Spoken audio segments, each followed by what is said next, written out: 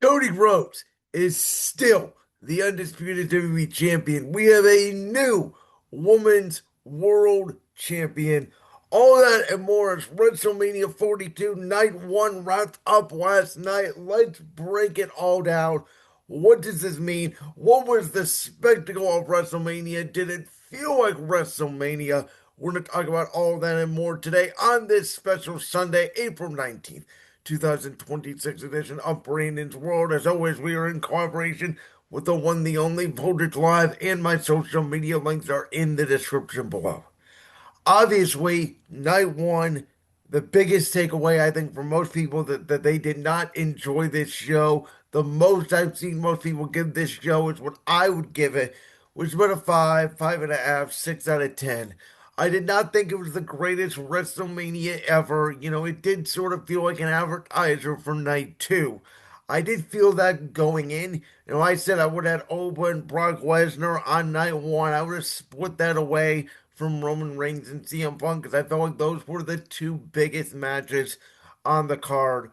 Um, I did really like the start of the show. I'll say it up front here. I thought Seth Rollins and Gunther had the best match of night one. I thought it did go downhill after that. And again, I thought the pacing of the Women's World Championship match and the Undisputed Championship match both felt off. I will say that for the most part, outside of really Gunther, who doesn't really need a special WrestleMania entrance, most people obviously got a WrestleMania entrance of some kind, so I thought that was cool. I was a little bit disappointed in the way they kicked off with John Cena, and it's not that they kicked off and then never seen 17.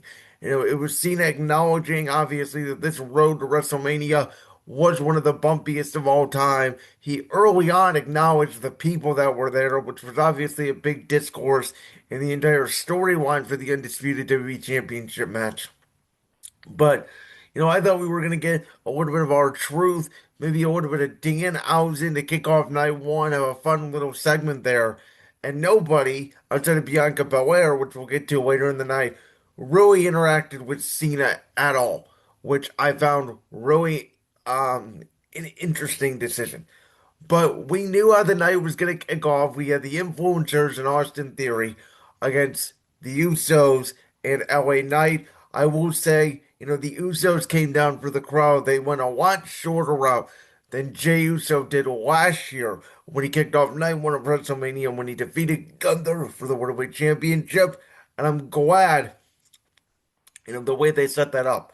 I will say too, I thought the stage was more visually appealing when they had superstars coming down the ramp. I didn't mind it, though it's not one of my favorite WrestleMania setups of all time. I did like the way they told this story, which was the fact that I Show Speed really wasn't a wrestler. The Vision put him in first. He did a couple of flips. He ate a super kick of entry from the Usos once they took out Logan Paul and Austin Theory, and then in the end, he's the one that takes a BFT from LA Knight for the 1, 2, 3. And then there's a moment that I think we all sort of knew which was coming, which was the Vision, blame I Show Speed for their defeat. And again, I Show Speed really performed the celebrity role, in my opinion, really well here. Where, they didn't act like he was one of the active participants in this match. They thought he was sort of the throw-in in the match, and he didn't do a lot of moves. I don't even think he connected with one offensive maneuver.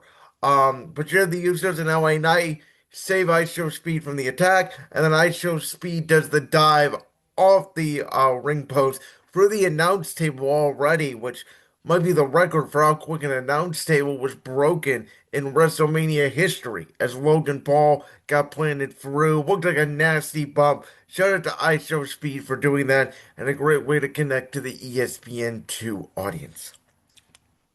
Speaking of a way to connect to the ESPN2 audience, I know a lot of people didn't love this match for some reason. I thought it was really good. You had Jacob Fatu and Drew McIntyre in the unsanctioned match. You had multiple tables breaking. You had the moment where Jacob Fatu pulls out a toolbox, and Drew McIntyre, I like the fact they put over that he was afraid of the toolbox because of what CM Punk did to him inside LNSL. You had Drew McIntyre take a wrench right to the eye of Jacob Fatu. Um, you had Jacob Fatu deliver the top rope splash. McIntyre kicks out. You have Drew deliver a Claymore right on the button. Fatu kicks out. Then you obviously have McIntyre arguing with the official, and eventually leads to a spot where McIntyre is on a table. He takes another top rope splash from Jacob Fatu, and this is one of the things that I pointed out when we previewed WrestleMania 42 with my good buddies Michael Reiner and Jalen Sandvik, is that you know, Jacob Fatu, if you really look at it, he's only lost, I believe, one time in the main roster by pinfall, and that was by Solo Sikoa in the MFT. So they have been very protective with Jacob Fatu. And I do think that this is a way you can move on from this storyline. Maybe Drew McIntyre blames Nick Aldis for putting him in an unsanctioned match, and we get to continue the feud with Drew McIntyre and Nick Aldis, which I hope leads to a SummerSlam encounter.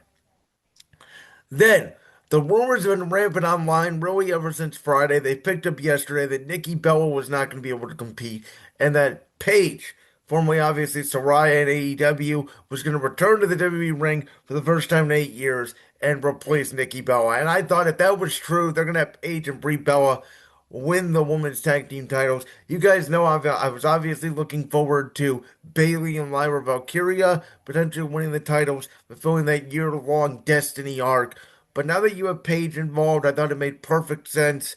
I love the spot here with Charlotte and Paige when they cleared everybody out of the ring, and you can tell that story. And I do wonder now that Becky Lynch, spoiler alert, is the Women's Intercontinental Champion, which we'll talk about that match next.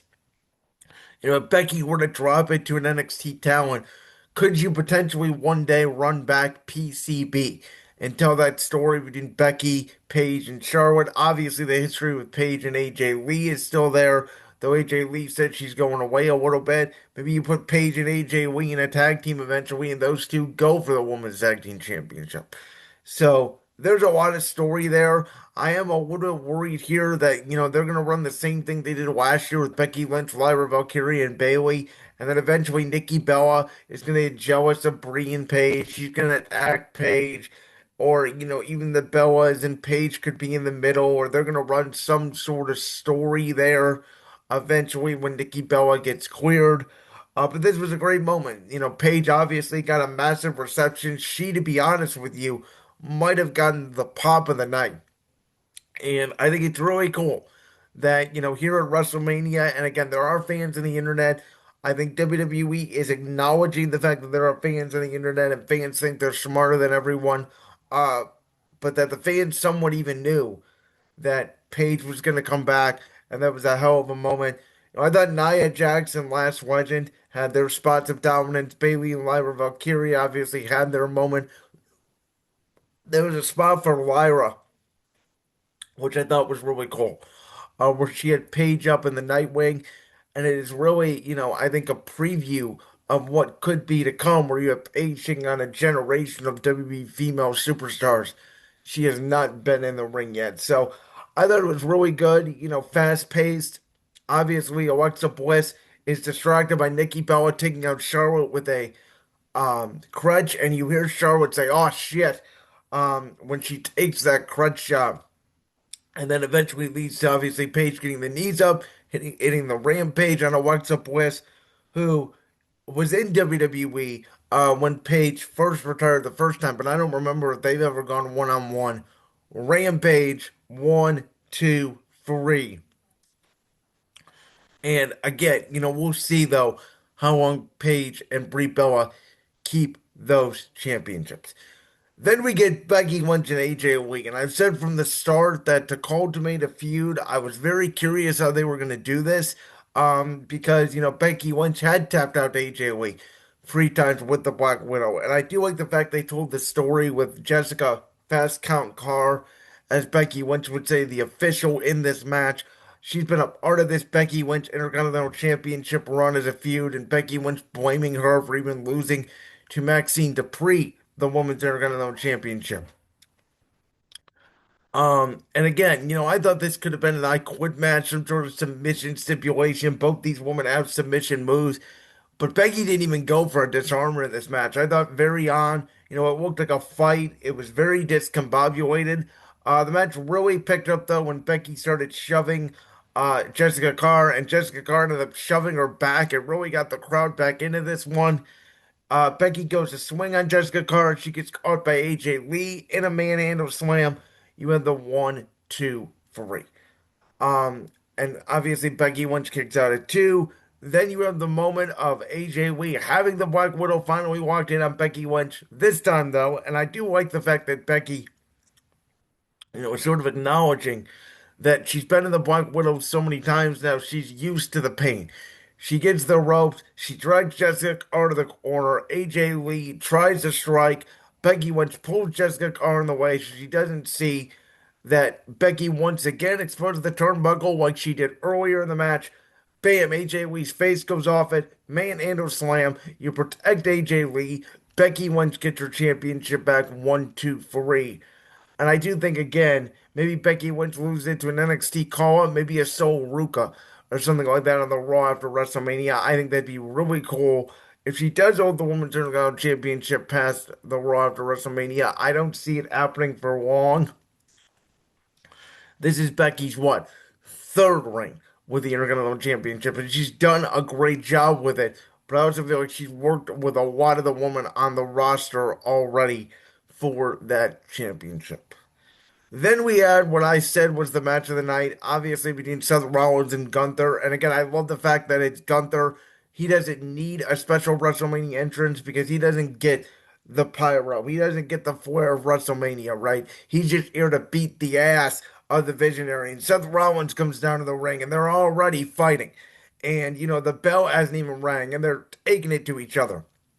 And Michael Cole does note that for those of us expecting a 5-star match, this isn't going to be it, and there's going to be a fight. And for a second, I was a little bit scared that Braun Breaker was going to come out right then and there, hit Seth Rollins with a spear, and we weren't going to get a match. But boy, did we get a match. And once these two got back in the ring, there was power bombs thrown. There was buckle bombs thrown. There was multiple clotheslines thrown. Both guys kicking out of their best maneuvers. Eventually, you have Gunther not only power slamming Seth Rollins on the announce table, but on the apron as well.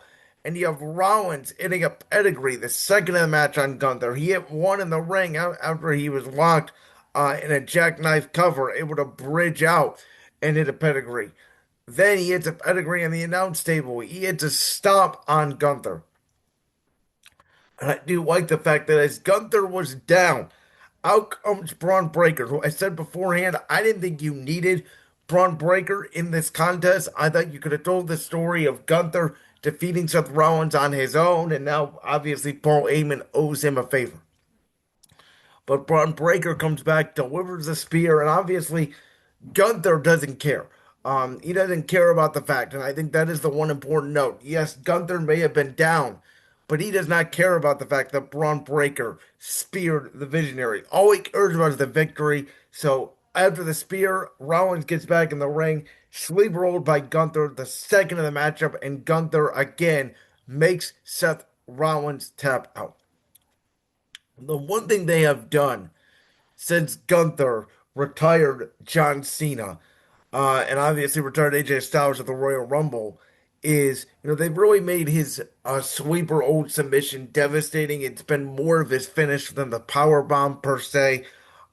One of the things that I wonder about Gunther in his early run to the Intercontinental Champion is that he could beat you with the last sympathy. He could beat you with a clothesline. He could beat you with a power bomb. That he didn't have one finishing maneuver per se. And, I sort of wish they brought that back.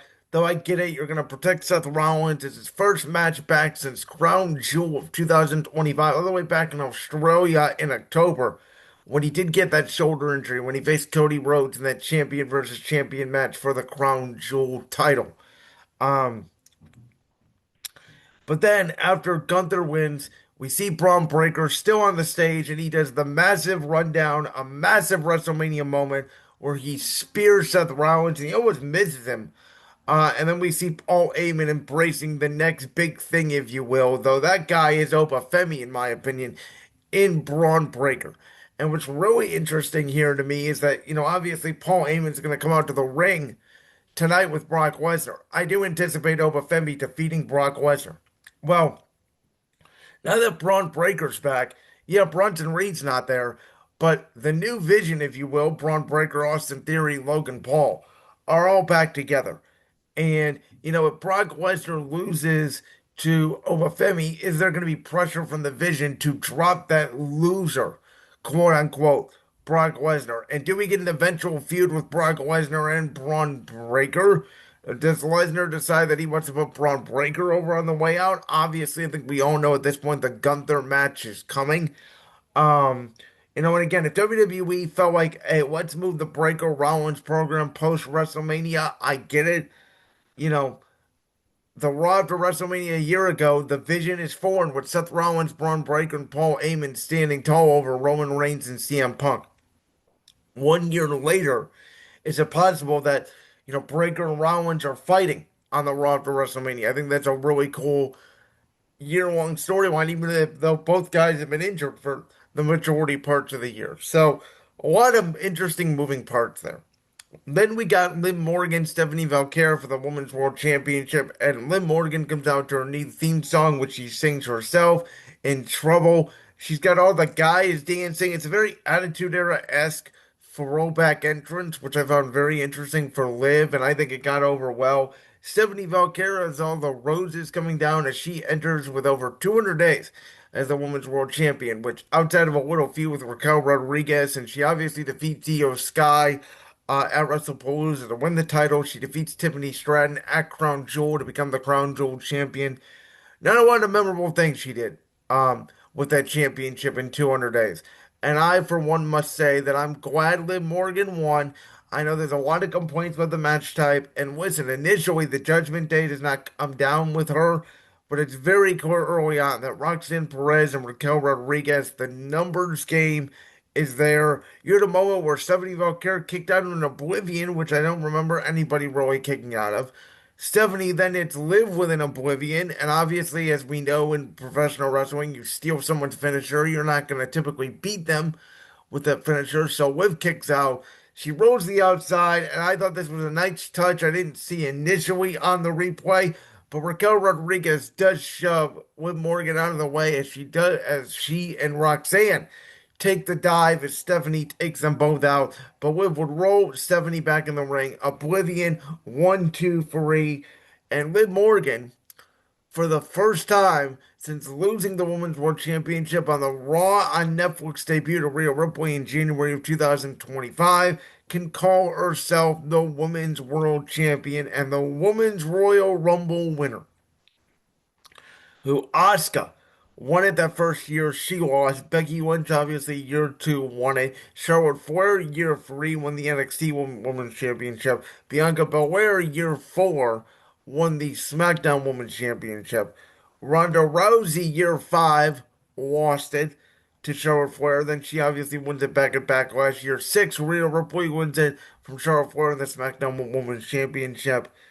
Year seven, Bayley wins the WWE Women's Championship from Io Sky.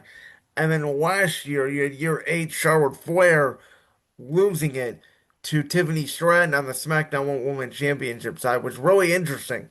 If you think about it, that the Women's Royal Rumble winner, this is the first time since WrestleMania 36, they haven't gone after the SmackDown brand women's title. This is the first time since WrestleMania 35, the Women's Royal Rumble winner has gone after Raw's champion. But nonetheless, Liv Morgan is champion, and I do think Dom is going to lose the match against the Demon tonight. But I think now you can tell the story that Liv Morgan is the Women's World Champion. She is the new leader of the Judgment Day. I think there's some interesting feuds you could put in there, but I think the main story coming out of this is eventually the Judgment Day is going to turn on Liv Morgan. And I think Liv and Dom are going to stay heels. I think Raquel Rodriguez has been gaining momentum. It's going to be your babyface. I do think the Women's World Championship match at SummerSlam will either be Liv against Raquel or Liv against Raquel against Roxanne in the triple threat. The Judgment Day will be completely dissolved. And then we have the main event. Before we get there, though, I just want to make a quick note and congrats to Bianca Belair, who, along with Naomi, is now on the shelf for a pregnancy. John Cena announced the attendance for the night of 50,816. He acknowledges there's a lot of discourse online about the attendance, but that this number is legitimate because there are people everywhere, which again I thought was a little bit of a weird acknowledgement. Bianca Belair comes out and, she's in gear. And I think, oh, is she about to announce her return? Is she going to insert herself in the WWE Women's Championship match tomorrow between Rhea Ripley and Jade Cargill? Because she has history with both. No, she's pregnant. And obviously a big congrats from the entire WWE universe and John Cena. And Bianca Belair is one of the most successful wrestlers in the WWE Women's division. She's a former SmackDown Women's Champion. She's a former Raw Women's Champion, former Tag Team Champion, former NXT Champion. She's essentially won it all. Her character, I thought, was getting a little bit stale. If you remember heading into that WrestleMania 41 triple threat, with her, Rhea Ripley, and Io Sky. Bianca Belair was kind of playing the heel a little bit in that role. We all thought it could eventually lead to a full heel turn from Bianca Belair that never came to be. And that was Bianca's last match, actually. She had only one more appearance after that. That was to referee the Naomi Jade Cargill No Holds Barred match at Evolution 2. And then after that, we didn't see Bianca on television. There was a lot of speculation about a thumb injury or a hand injury that did not recover right, something along those lines. And the WWE Universe, and I think the women's division, especially on Raw and SmackDown for that matter, has missed Bianca.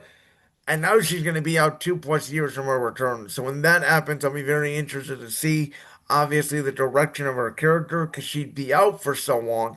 Very similar to Alexa Bliss. When she was out with pregnancy, she missed over 2 full years of action. But we get to the main event. And even during the introductions, you had a very pro Cody Rhodes crowd, which I was interested to see. He gets booed heavily on the SmackDown before WrestleMania, very similar to last year with John Cena. But you had Pat McAfee attack Cody Rhodes from behind. And, Cody Rhodes was able to fight off the attack. He ends up knocking Randy Orton out of the ring. He hits the crossroads on McAfee and then sends Pat McAfee to the outside and he wants to put him through the announce table. But guess who is there to put Pat McAfee for the announce table? None other than Joey Rowan. At this point, I thought, okay, Pat McAfee's taken out. They take him to the back with a stretcher. I thought, okay, Pat McAfee's going to come back, but this is WWE's way of getting sort of Pat and Joey Rowan out of the way. And let's have this match between Cody Rhodes and the Viper Randy Orton, the match that everybody wants to see, right? And they add the match, and it's a very slow moving match. Cody Rhodes really working the back of Randy Orton. They allude to the fact that Randy Orton, there's rumors online that he has a back injury, and Cody Rhodes is very methodical. And at one point, Cody Rhodes starts doing the Orton stomps. And I say, oh, Cody Rhodes is leaning to the dark side, just like Stephanie McMahon told him to in that promo in Madison Square Garden. And he does the draping DDT just like Orton did to him earlier, and he goes for the RKO. And Randy Orton counters that attempt and goes right into a crossroads, and you can see Randy Orton perk up, and it's like, okay, here we go. We're getting part two of this match. And, at one point, Cody would hit the RKO after Randy Orton hits the crossroads, and they both kick out, as I said earlier, their opposing finisher. And Cody seems to hit Randy Orton with a thumb to the eye. Again, the dirtiest part in the game. Will Randy Orton learn from Ric Flair? Will Cody Rhodes learn from Randy Orton? And Cody Rhodes is going to the dark side here to defeat Randy Orton. And all of a sudden, Randy Orton not only RKO's Charles Robinson, but he hits a RKO on Cody Rhodes after Cody Rhodes goes for the Cody Cutter, a super RKO in midair. And Pat McAfee comes back with a referee shirt on and a neck brace. Does not do a fast count. 1, 2, and Cody Rhodes kicks out. And Randy Orton, obviously pissed off at Pat, decides to RKO Pat McAfee too. And it's important to note that Joey Rowe does not appear anywhere on camera the whole night after this elbow drop to McAfee for the table. And Michael Cole's cheering and saying, yeah, get Pat McAfee, get his ass. And you guys remember the stipulation. If Randy Orton loses, Pat McAfee will never appear on WWE television again.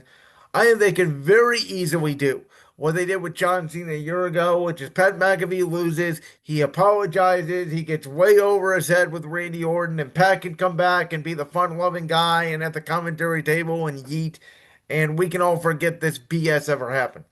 Because you can make an argument that that distraction by Randy Orton, that he got distracted by the doofus Pat McAfee, Crossroads, 1, 2, 3, the American Nightmare, just like I predicted going into WrestleMania Saturday night, would retain the Undisputed Championship. Because this story, once they inserted Pat McAfee, was not about Randy Orton getting the 15-time World Championship. And I will say they had me because I had predicted Cody to win. Then I said no, Randy was going to win, following the promo on SmackDown with Cody Rhodes and CM Punk. Then when we got to the main event and I saw that, again, Pat McAfee attacked Cody Rhodes, I said, okay, well, now Cody's going to retain the title again. So it was a roller coaster of predictions for me, but at the end of the day, Randy Orton punk kicks a bloody as hell Cody Rhodes, who has a nice shiner on his eye, and Randy Orton walks away of night one holding the Undisputed Championship, but is not the Undisputed Champion. And it is a way, in my opinion, to protect Cody Rhodes because you're obviously not going to kick out of a punt kick. But it is a way to elevate the feud and get us to the match at Backlash. And now we're going to get the feud that a lot of people wanted between Cody Rhodes and Randy Orton, except for the fact it's not going to be sort of at WrestleMania. It's going to be post WrestleMania. And I said, this does remind me a little bit of Triple H versus Randy Orton at WrestleMania 25. Randy Orton was the '09 winner of the Royal Rumble. This vicious legend killer would take out Stephanie McMahon, would do the dastardly things of Triple H.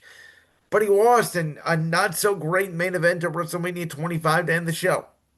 And then he won the championship in a six-man tag team match with Triple H, Shane McMahon, and Batista against Legacy at Backlash of 2009.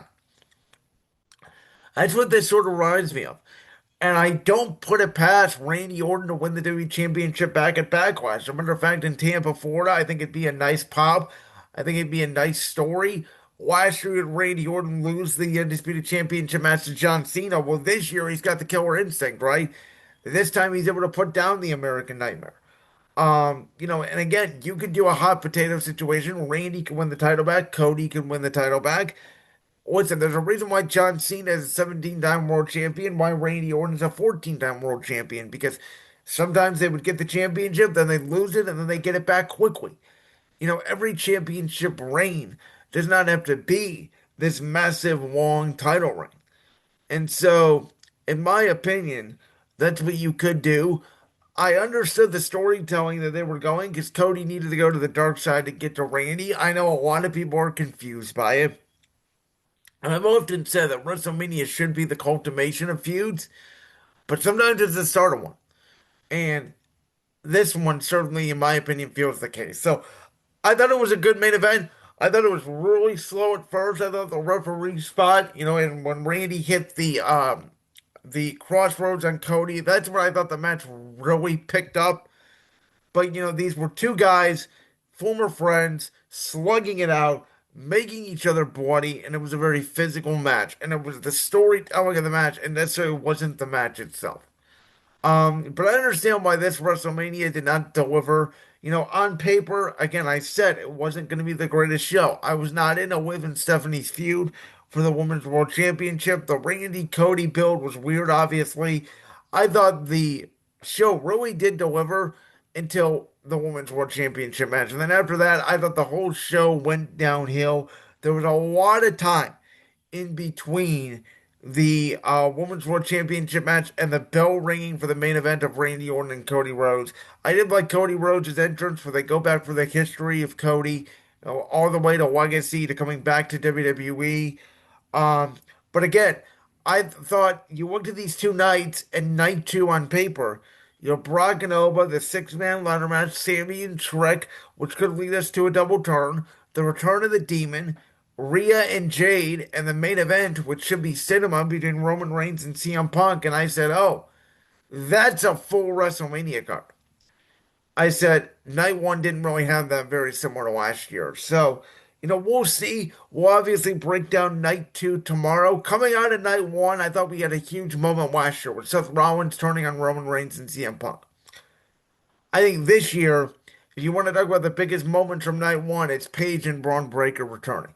And the continuation of the feud between Randy Orton and Cody Rhodes, which I don't think a lot of people are very happy about because a lot of people wanted to see the Viper win the 15th World title. But As I've been saying lately in the realm of professional wrestling, this has been the most bumpy ride on the road to WrestleMania ever, and let's let everything play out. So that's my review of night one. We'll be back tomorrow. We'll break down night two. We'll be back on Tuesday bringing down the Raw after WrestleMania. So make sure you stay locked and stay tuned here on Brandon's World. As always, we're in collaboration with the one, the only Voltage Live. And peace. Like that clip from the Brandon's World podcast? If so, make sure you go down there and hit that subscribe button. While you're down there hitting the subscribe button, make sure to also hit the notification bell so you never miss another upload. And make sure you check out all the other clips from the Brandon's World podcast right here on YouTube.